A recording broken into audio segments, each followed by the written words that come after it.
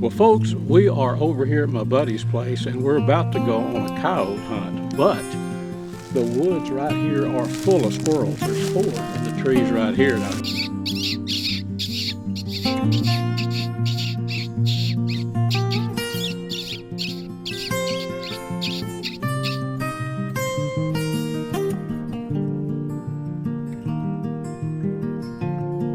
welcome to A Sportsman's Life.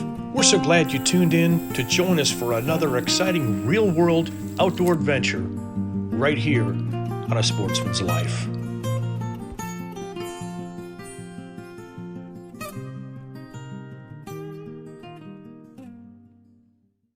well, folks, we are over here at my buddy's place and we're about to go on a coyote hunt, but the woods right here are full of squirrels. There's 4 in the trees right here. Now, our buddy who you're going to meet in just a little bit, Mr. Kenneth Sheppard, is a dead eye with a 22.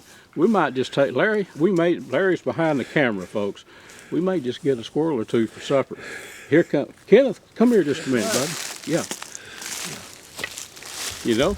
All right. Here is my buddy, Mr. Kenneth Sheppard. Hello. And Kenneth and I are opportunists, and the squirrels are here.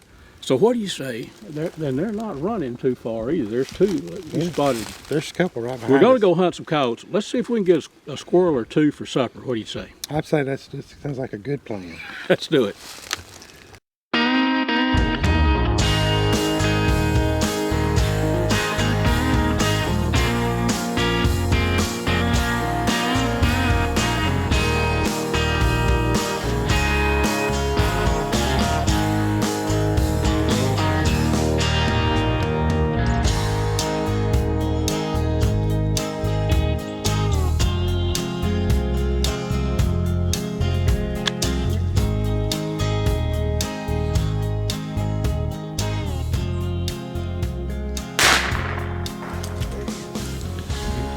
There's another one right there.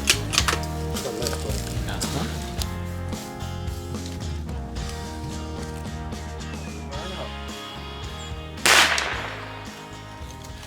All right. Cool.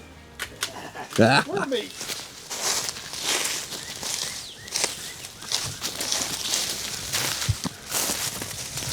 Little male. Little boar. Little boy. Little male. Big old male, actually, good shot. Look, we had chicken and dumplings or turkey and dumplings a while ago. We just should have waited. We could have had squirrel and dumplings. That is a dumpling squirrel, big old. I haven't had squirrel in a while. Is that right? Deep fried squirrel, they say. Well, Oh, man. You know that one. Let's see. Let me take a look. This is your older boar squirrel right here. You know, and it's a dumpling squirrel. But you know what? You can take these squirrels, even an older boar, and pressure cook him, hard-boil him, some people call it, for about 30 minutes, and then dust him with flour and fry him. They're really good eating. People don't realize how good eating. When Larry and I were boys, I mean, this is what we ate. Absolutely. As far as game. I mean, way before the whitetail deer came. Well, that other one that you shot, Kenneth, is And not very far away. Right up here closer, I think. We'll To find our him. left, maybe. Yeah, I think he's right over in there. Okay. Let's go find him. Okay. Let's see, right over that dirt. To look for him. We're going to find him. Got it. He fell straight down. Yeah, they did. And he was right up in that. Yeah, there we go. There we go. Another boar. Okay. Another boar. These are going to have to be stewed or dumplings or pressure cooked and fried. Nice. Hold them up there, buddy. Nice. Hold them up there. Dinner is served. That You is a brace of squirrels, by golly. You're not kidding. Those squirrels in good shape, too, looking at them. Very good squirrels. You betcha. You know how skin a squirrel look?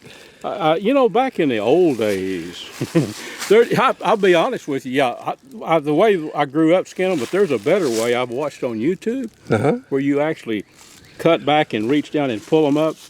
Yeah, I'm a little bit out of practice, but we'll be able to skin these rascals, and we are going to cook them. And you know, folks, right close by, a ranch adjacent to you back in here, the Rios were reintroduced, Rio Grande turkeys, weren't they? Yes, they were. And you have them, Kenneth's got them coming up all in here, so we'll try to get some. Of course, they're not huntable. Maybe in a few years they will be. Maybe so. But we'll try to get us some video and show these turkeys. But that's one reason we need to work on these coyotes, isn't it, Kenneth? Yes, sir. They're about to have eggs on the ground, and you know what happens then. That's right. Turkey's going to have little ones before too long, and so will white-tailed deer. Yes, so sir. Yeah. our efforts right now to try to remove some of those predators, not kill all of them, because there's no way you could do Can't that do it anyway, can we? But at least we can kind of control them a little bit and help those fawns and little turkeys along somewhat. You bet. If we can reduce those numbers, we'll have more turkeys. Yes, sir. That's the bottom line. Let's go get some coyotes. What do you say? Yes. I'm excited. Brought to you by Dallas Safari Club, Conservation, Education, and Hunter Advocacy. Hornaday, accurate, deadly, dependable. Taurus Firearms, maker of the Raging Hunter. Trigicon, brilliant aiming solutions.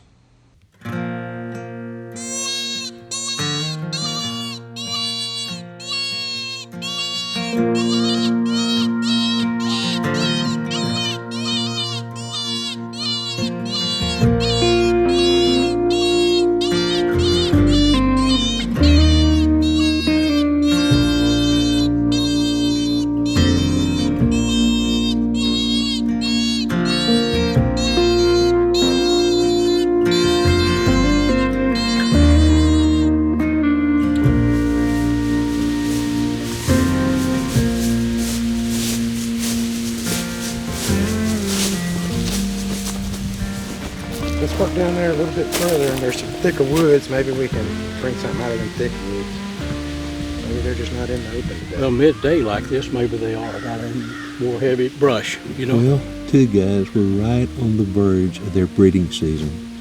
And when they're breeding, a lot of times, they're tough to call. So we may be right on the verge of that based on what I've seen elsewhere, too. So, Yeah. Yeah, let's ease down there Okay. and see what else we can do.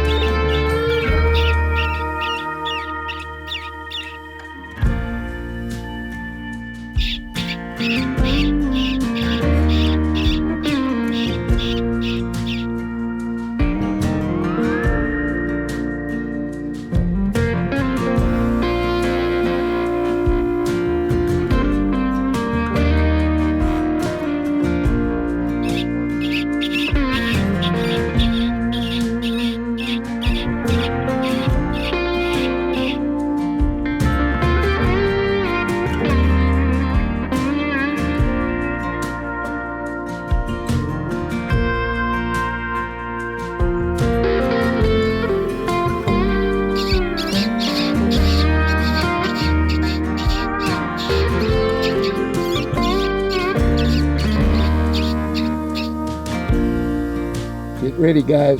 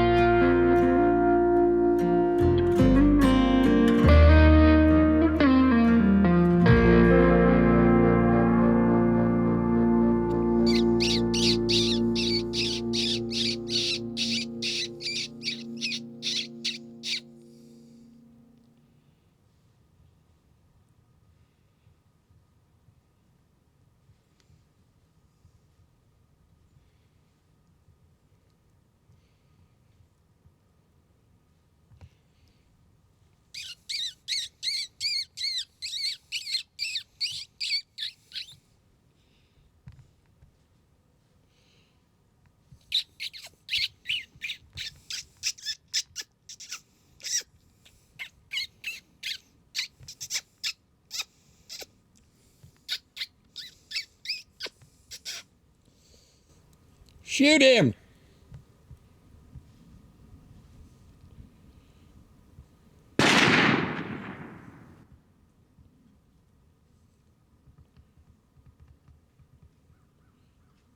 Bullet. Good. Very good. Huh? Look at that. Look at right. He come out of my land too. By golly. Yeah. And you know that's probably what, at least 4 or 5 baby turkeys. Hey, buddy. Hey. What a shot! And look here. Now my buddy here's a shooter, but what is this caliber? 375. Buckhorn sights. Yep, 375. And that shot was, how far was that, Kenneth? That's a good hunter, didn't it? That's a good solid hunter.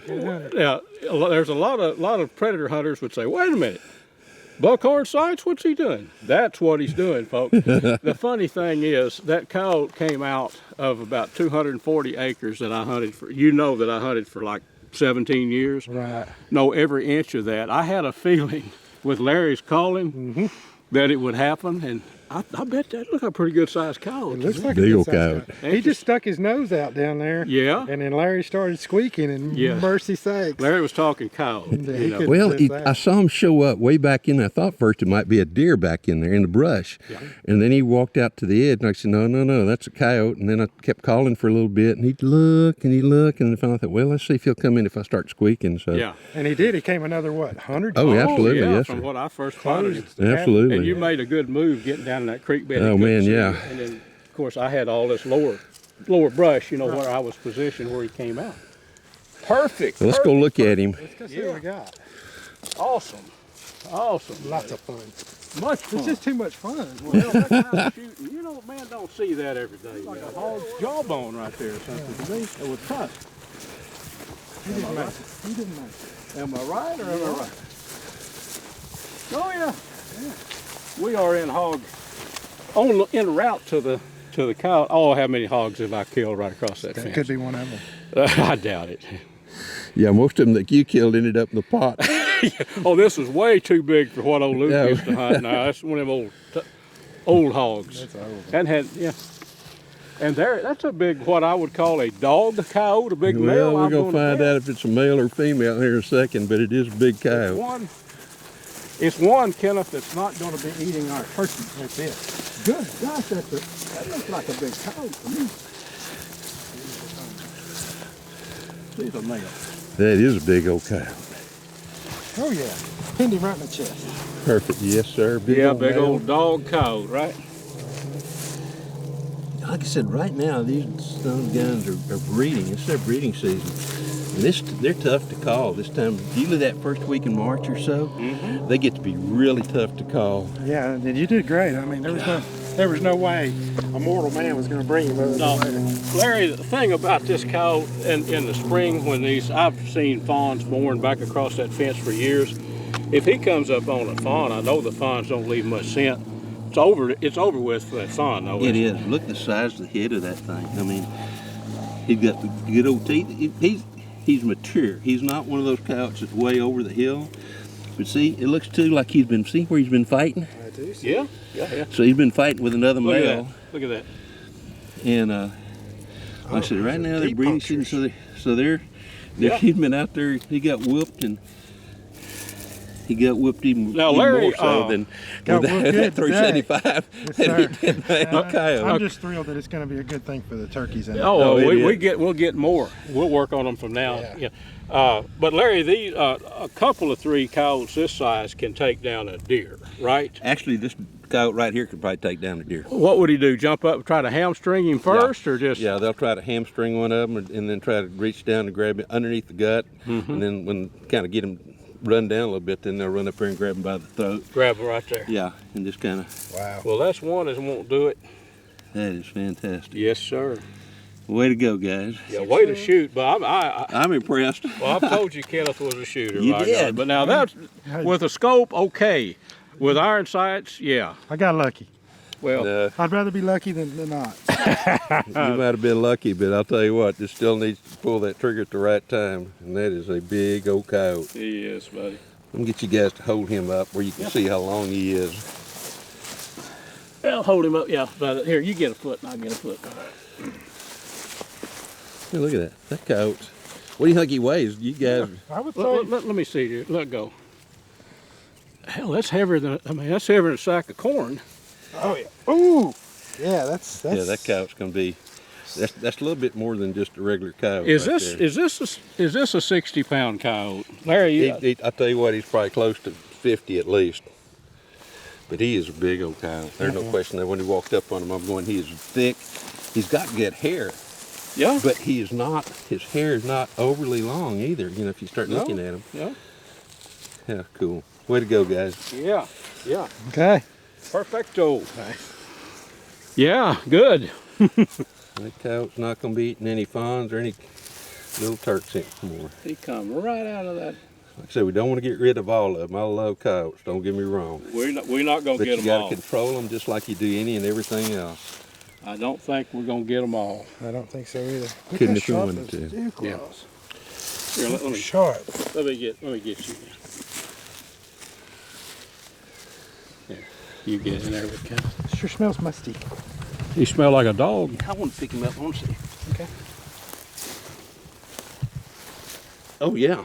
How much, Larry? 55? No, that's a 50-pound coyote. How much? Easily 50 pounds. Yes, sir. He is absolutely solid, too. Big old, what you'd call a dog coyote, a male. That's what I always called him when I was growing up. I'm impressed with the size of his head.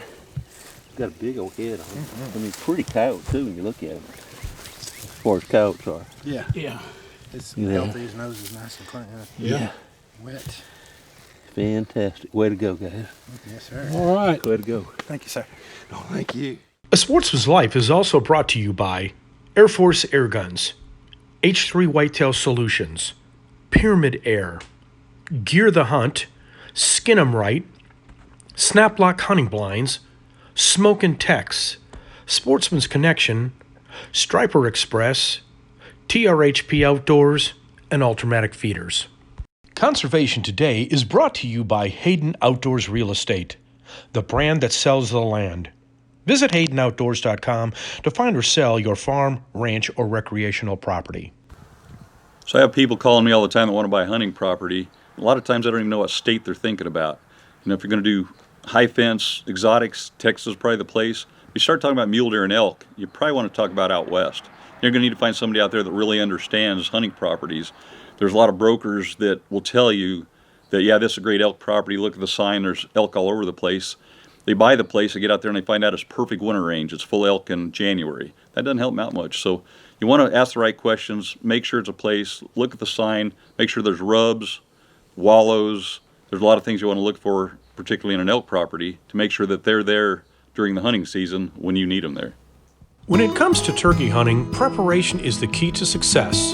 The bottom line, prepared turkey hunters are usually the successful turkey hunters. I would like to share with you a few key elements to help you better prepare for the upcoming spring turkey season. The number one tip, and most important, location is everything. You will not kill what's not there. The more turkeys on your hunting property, the better your chance for success. Scout year-round. The more time you spend learning the property you hunt and the habitats of turkeys, the better. Pay attention to the smallest of details. Perhaps consider keeping a journal of your findings. Look for roosting sites and determine if weather plays a role in where your turkeys roost. Learn where they like to feed and where there's available water. Pay attention to where the turkeys on your hunting property like to spend their time on both windy and rainy days. Scouting is crucial to our turkey hunter's success. Learn the wild turkey's vocabulary. The best way to learn turkey talk is to watch and listen to wild turkeys. Once you learn how to successfully use a call, you will see your success rate greatly increase. Perfect your calling skills. Practice, practice, practice. This is one of the main keys in becoming a skilled turkey caller. Master more than one turkey calling device. Being versatile in your turkey calling abilities is important because you never know when switching from one call to another that has a slightly different tone or pitch is what makes the difference. A great turkey caller can literally change the turkey's mind. Lastly, are your weapons up for the task? Knowing that your shotgun or bow is performing flawlessly is critical to your success. Make sure that your shotgun is clean and patterning correctly and your bow is well tuned. These tips should help you in improving your hunting success in the spring turkey woods. We want to thank you for joining us here on this week's episode.